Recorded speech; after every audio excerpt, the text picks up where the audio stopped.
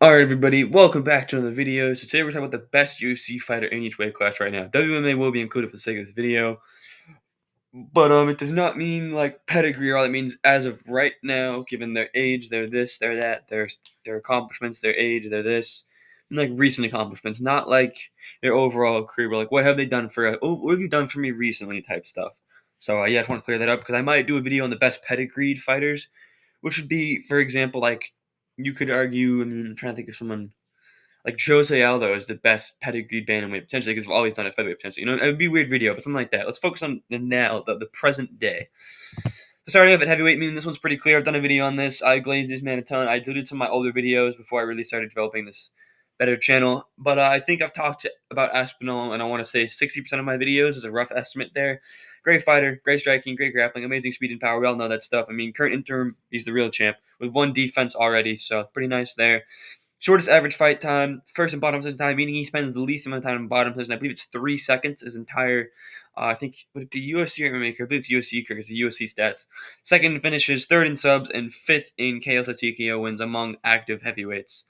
The cons, I guess, would be the deep waters question mark. Really don't know what happens if he gets to those deep waters, but drag him there. You know, you can't. No one's done it yet.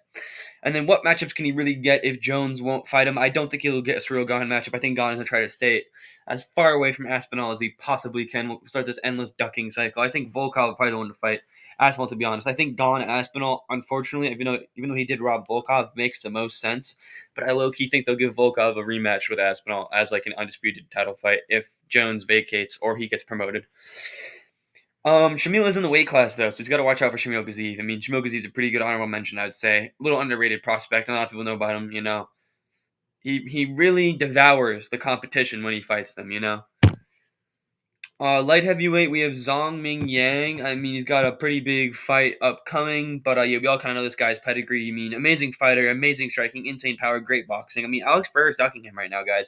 Probably the lowest profile duck in the UFC right now is Alex Pereira and Zhong Ming Yang.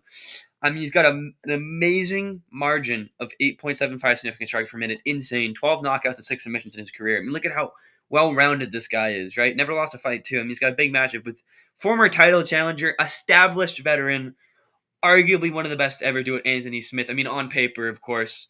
Zhang Mingyan, really good spot for him right now. I think he's really the best in the world when you weigh in on that scale of 205 pounds.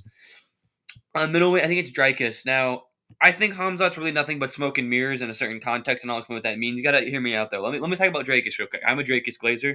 I will self-admit it. I was a Strickland glazer, and now I've been converted to a Dreykus glazer. But great fighter, good striking for what it's worth. We'll explain. Obviously, great wrestling, great chin, good IQ, and good cardio. So I'll explain the cardio thing more. But honestly, if you really go back and watch that Strickland fight, he went pace with Strickland. One of the best cardio in the middleweight division, maybe even middleweight ever. And he was going strike for strike, tit for tat, outstriking him. That's good cardio, brother. He's the current champion, 2 title defenses, right? Yeah. Izzy Strickland. He's on a 9-fight win streak, which he's undefeated in the UFC, which is, I know we argue about the robbery of the first Strickland fight, but he avenged it pretty clearly, destroyed him, 5-0'd him, like one of the more dominant title fight performances, I would say. Third in finishes, strikes landed per minute, and takedown accuracy. Seventh in KO/TKO wins and wins overall amongst active middleweights. And the goofy style makes it hard to say he's the best at anything because people goes, look at this tape, look at this, look at this, look at this. But he gets it done, you know? At the end of the day, he might look like a cartoon character, but he gets it done, you know? I mean, Hamza does exist. So this is my thing with Hamza. I was talking about it with Tony's Life Support on Instagram. He's a cool dude. Talking about last night with Hamza. If you go back and watch the Gilbert Burns fight and the Usman fights, what did they do? Stopped Hamza's takedowns. And what happened to him? Guy went life or death. I mean, Gilbert Burns dropped you, and Gilbert Burns does not have that much power. Now, yes, you did drop Gilbert Burns, and it was a close fight, but you're going life or death with Gilbert Burns, who is a resume-building corpse. And you went life or death with him, bro. And then Usman on 2 weeks, up a weight class. Now, great, Hamza, great 10-8 round. I'll give you that one. That was a dominant round. But really, what did he do at that top position? I can't really remember any notable things he did with that top position other than simply being in top position. So you could really make a case that it's a 10-9 round. But overall, even if it is a 10-8, I think Usman wins the next two, and it's a draw. So you drew with Usman, arguably, and it was a close fight. It was definitely a 1-point fight for sure. And all Usman did was survive your takedowns. He didn't do anything revolutionary. He didn't really I mean, he did outstrike you. He didn't knock you down or cut you up or bloody you up. He just stopped your certain top tier takedowns and then survive them. That was it. That's all you need to do. Now, pre-oxygenated DDP's skeletons kind of haunt him in this regard of saying he's the best or he has good cardio because he used to just gas out and then pull a comedically large, knock out his opponents. But like, I think Drake is really good, man. Despite this, I mean, I think it's his coach. I think his coach is phenomenal. Drake is a phenomenal athlete. Being able to coach him into this such a caliber fighter, given he has all these goofy flaws and inconsistencies, you know. Welterweight Li Jingliang. I mean, it's pretty obvious, guys. We don't know, but I mean, look at that suit. Absolute drip, absolute aura from the man, the legend, the leech right there. Great fighter, amazing striking, very underrated grappling. I mean, obviously, you guys remember when he submitted Hamzat. That was kind of crazy. I mean, I was talking about the Hamzat win. He's got some notable wins over top flight competition. You know, established veterans and killer prospects. Some of those names include Hamzat Chimaev, Carlos Prates, Neil Magny, and Jake Matthews. Pretty good mix of comp there. He is the second most KO/TKO wins, third in finishes, and seventh in knockdowns per 15 minutes among active welterweights. Some pretty good records there. Shows that striking caliber, like I was talking about. The grappling's underrated. He doesn't have all the flashy records, you know, but still pretty good fighter. I mean, honestly, amazing. Really, I don't want to dumb him down there. Amazing fighter, one of the best right now. Lightweight, we have Rongzu. Again, one of the best. I mean, the no contest was a little weird, but great fighter, amazing striking, great footwork, good takedown defense, super underrated grappling. Put on one of the best fights in history of the sport with Cody Steele on his other side. You know there. Uh, it's almost as good as Zhang Weili against Zhang Yanan. Unfortunately, the fight ended in a no contest, but that was a great fight. One of the best fights ever. Probably the best fight ever. You know what I mean? He's a young prospect, 24 years old, lots of experience, having 32 wins, and he already has a win over fellow prospect Ignacio Bahamondes, right? Remember him? He's fighting Jalen Turner. You know, great win for Rongzu there, and great performance against Cody Steele.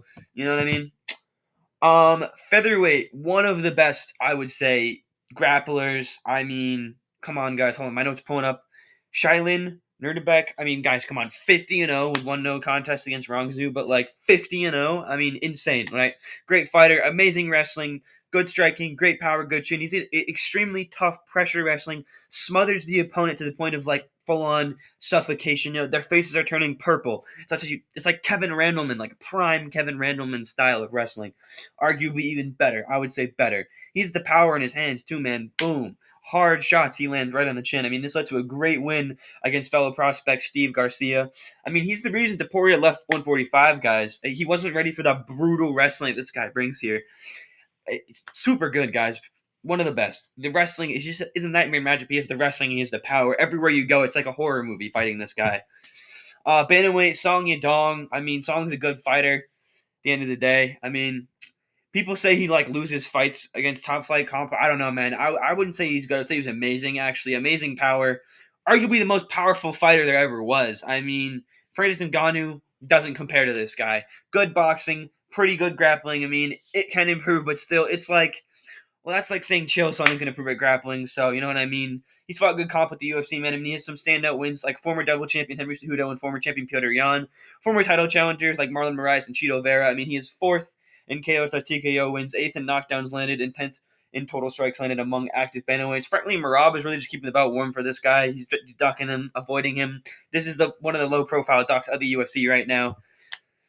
I mean, flyweight, Sumidera, come on, guys. Amazing fighter, great striking, very good kickboxing, great movement, speed, and footwork. I mean, he already beat some good comp and veteran Tim Elliott, ranked Charles Johnson, and veteran Matt Chanel.